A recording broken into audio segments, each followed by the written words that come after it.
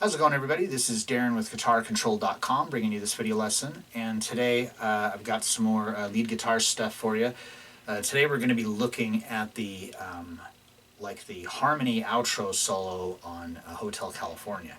So I used to think that this was completely just Don Felder's baby, but then recently I've read some things and stuff that are kind of conflicting to that, so I'm not really sure of the story. I always thought it was Felder, but then I read something that gave me the impression that maybe Joe Walsh wrote this part of it. I don't know. All I know is it sounds really good. It's really good exercise for arpeggios and to see kind of like alternative ways that you can use them. And it's so melodic because it follows the chord progression of the song. So right now, Guitar Control is giving away this really awesome daily practice routine to improve your lead guitar chops. This was put together by our very own Silvio Gazquez, two-time Guitar Idol finalist. This routine covers the four main concepts that are necessary for lead guitar: alternate picking, legato, sweep picking, and tapping. All the tabs and exercises are all included in this free ebook. There's a link in the description where you can get yours. So be sure to click the link in the description for the tabs, and let's get close up and take a look at these. Alright, so this first one we're starting off with here. This is just a B minor arpeggio, so a lot of these shapes are just going to be ones that we've done on other lessons in the past, or maybe you already know, or from other songs. So what I'm doing is I'm on the 14th fret of the high E string with my pinky, and then I'm on the 10th fret of the high E string with my first finger, and I'm going to pick 14 and pull to 10, and then follow that with the 12th fret on the B string. So it's just like a 16th note, 1 E and 2 E. So that's just like a cool lick in itself.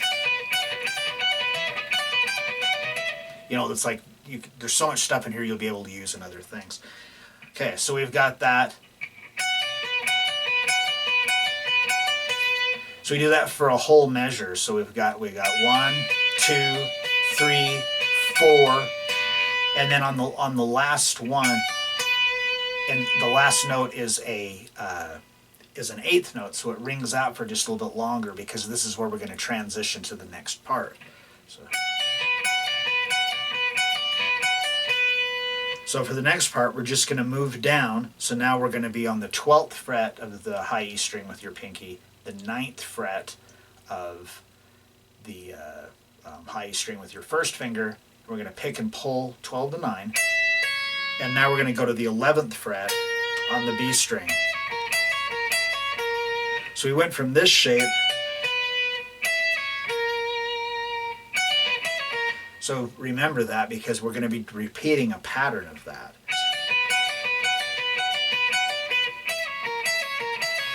So we do this one once we switch here. We do it.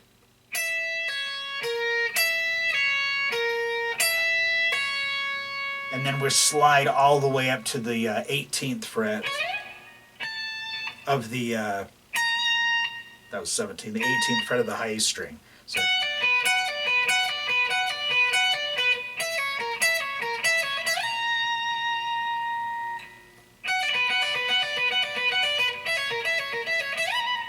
So that's the basic idea of it, and then it's somewhat going to be repeating that same concept that we're going to be working our way down.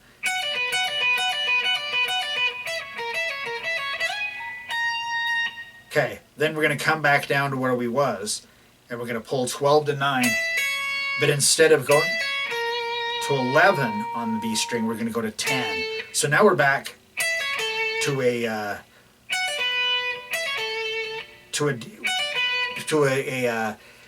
another different shape. And as we go along, this will make more sense. I'm getting a little ahead of myself. So now we're going to go the same, and we're going to do the exact same timing. Now we're going to shift down into the next pattern. So instead of 12, 9, 10, we're going to go 7, 10, 9.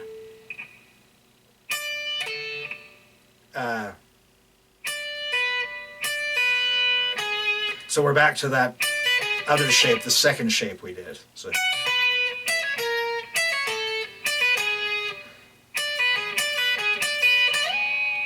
Do the same idea, but this time we're going to slide up to the 16th fret. So far we've got...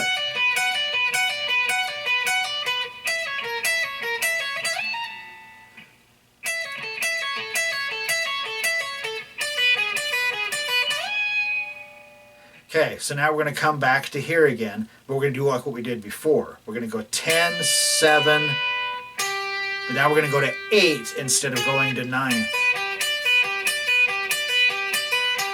Same timing again as what we've been doing.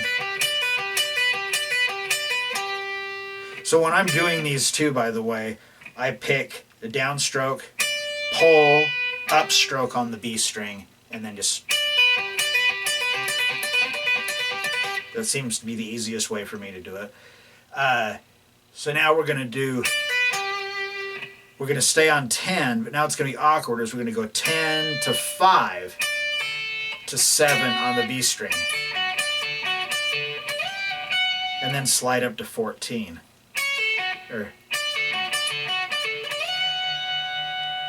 Then we're going to move all the way down so we're 7 and 3 on the high string and 5 on the B string. Then we're going to move back up to 9, 6, and 7. And then that's the where we transition, that's like the halfway mark. So...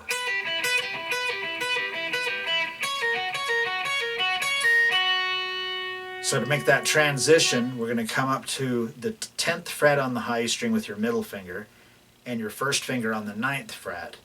And we're going to go 10, 9, 10, 12. And then that's going to put us back to the very first arpeggio again. So like I said, that's the halfway mark.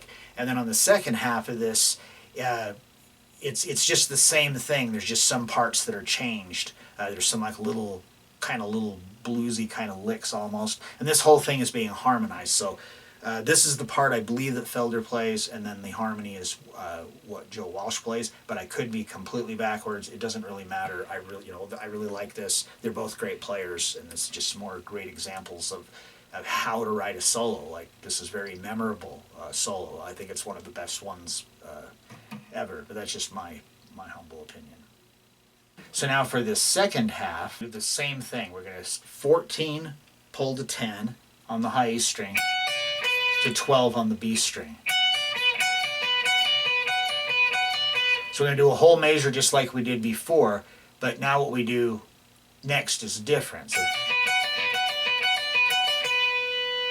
now we're going to come up to the 17th fret on the B string with your pinky, and then to the 14th fret on the B string, and we're going to pick and pull, and then we're going to use our middle finger to go to the 15th fret on the G string, then our third finger to go to the 16th fret, and we're going to bend and hold that, and then use our pinky to grab 17 on the on the B string.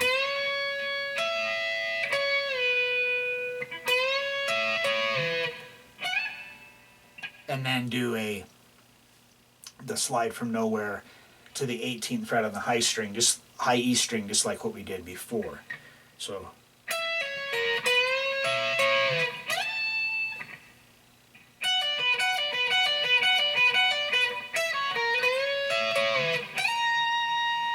like that. So this second half is harder than the first half in my opinion. I can play the first half much better than I can play the second half.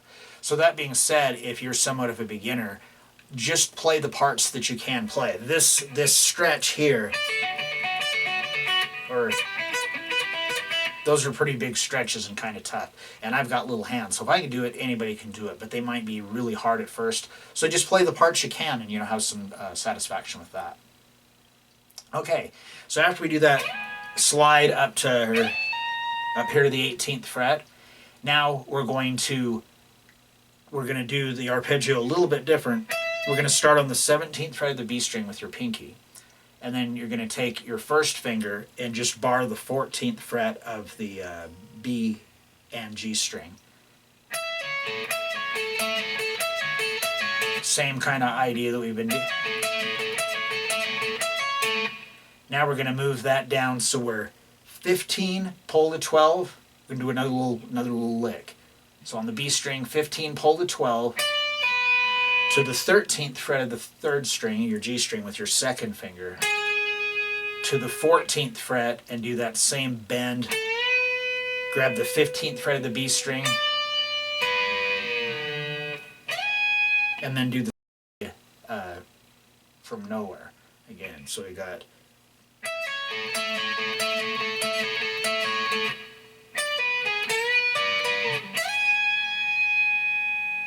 okay, so now after you do that slide to the 16th fret on the high string, we're on the next position, so now we're on measure 13. So I'm going to be 15th fret on the B string with my pinky, and I'm going to use my 1st finger, bar the 12th fret of the high E and the G string, or excuse me, the B string and the G string on the 12th fret. Same idea, pick, pull, whole measure of that. Then we're going to shift, so we're 15, clear down to 10, pick, pull, and we're going to do that same thing that we did before, but this, we have to do a little bit different this time. Alright, so we're going to do that 15, pull to 10 on the B string,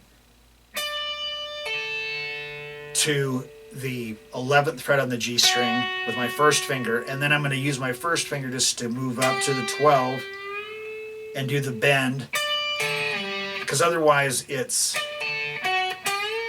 like really awkward to do. It's super awkward to do it anyway. You may end up finding an easier way to do it than how I'm doing it. Maybe, you know, if you have bigger hands, it's obviously going to be an advantage here. But yeah, that's the most awkward part, is to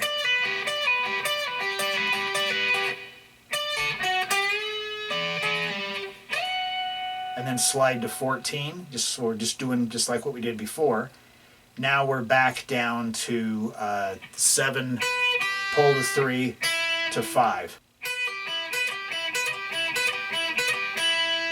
Then we're going to move up 9 to pull to 6 to 7 on the B string.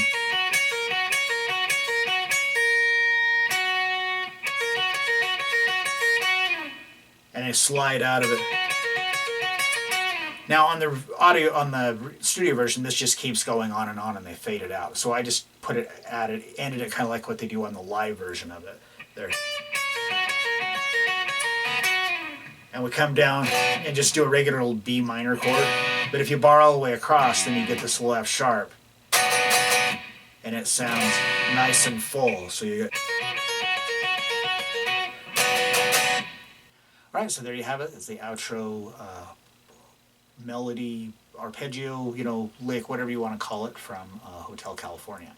So if you like this lesson, be sure to give me a thumbs up and leave a comment down below if you have any questions about this or other guitar-related topics. If you've not already done so, please subscribe to the channel and hit that notification bell so you don't miss any of the content that we upload throughout the week. Well, that is all I have for you today. Thanks for watching, and have a great day.